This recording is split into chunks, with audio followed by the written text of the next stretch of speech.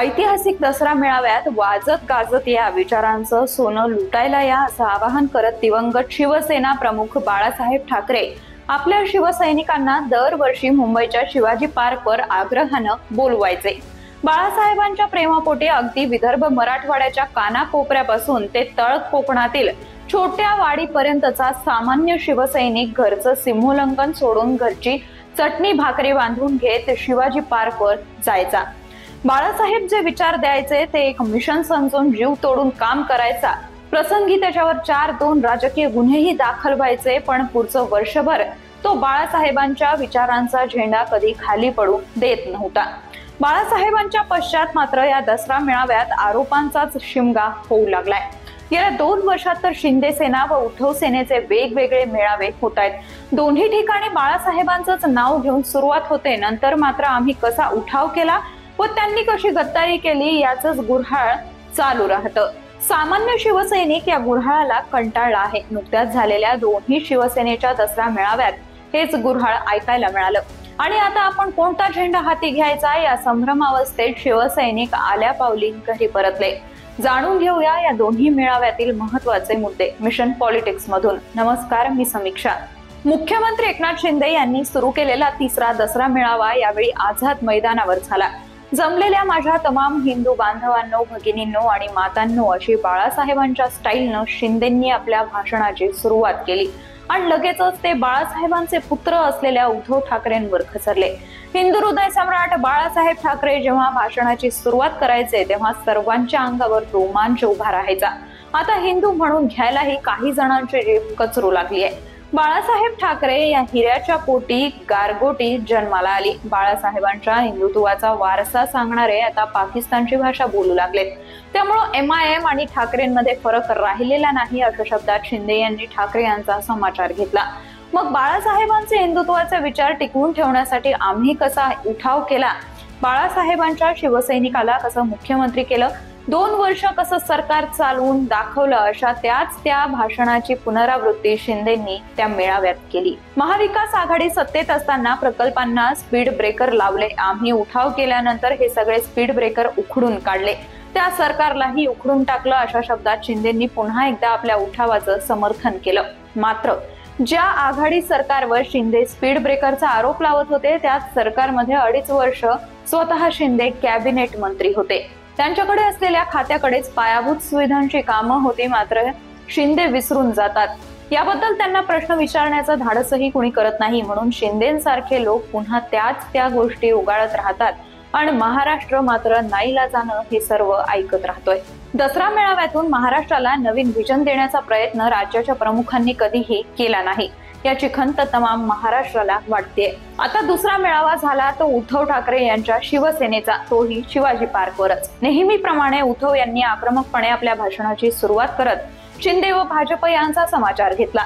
काँग्रेसची युती केल्यानं लोकसभेच्या वेळीपर्यंत त्यांच्या भाषणातून जमलेल्या माझ्या हिंदू बांधवांनो, भगिनींनो व मातांनो हे शब्द वगळले जात होते। ते फक्त देशभक्त बांधवांनो, भगिनींनो म्हणायचे। यावेळी त्यांनी ही चूक सुधारलेली दिसते।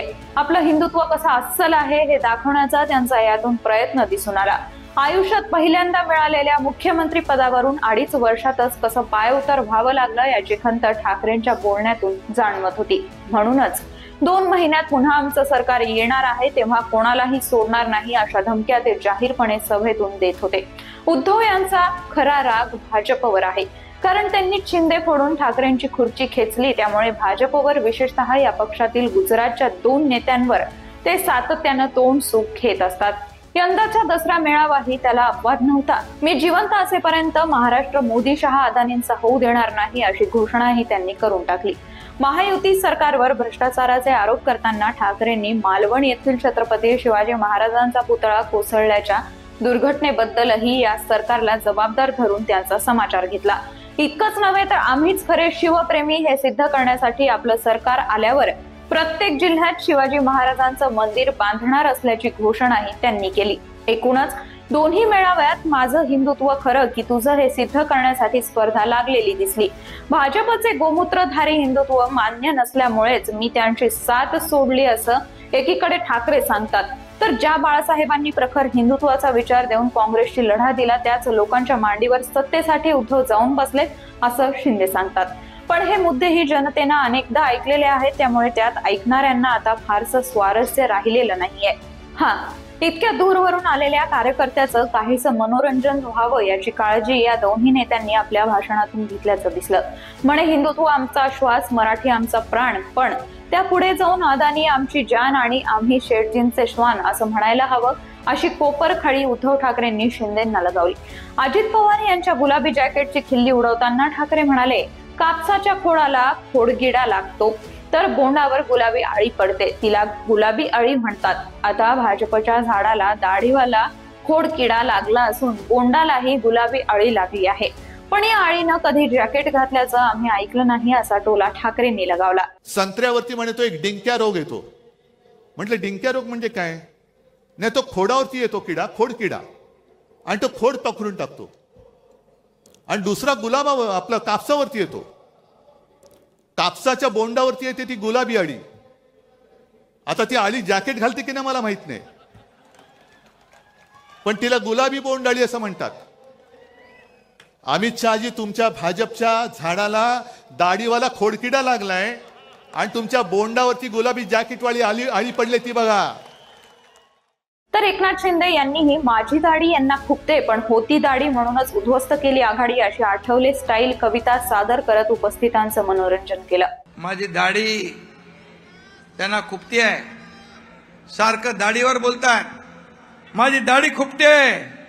अरे पण मी सांगतो, होती दाढी म्हणून तुमची उद्ध्वस्त केली महाविकास आघाडी आणि महाविरोधी आघाडी, आणि महाराष्ट्राच्या विकासाची जोरात धावू लागली गाडी, ही दाढीची करामत आहे। बाकी सर्व आरोप प्रत्यारोपांचे चावून चोथा झालेलं गुऱ्हाळ तिथेच टाकून सामान्य शिवसैनिक मात्र शेवटच्या टप्प्यात झालेल्या करमणुकीच्या 4 ओळी लक्षात ठेवून घरी माघारी परतला नसेल तरच नवल।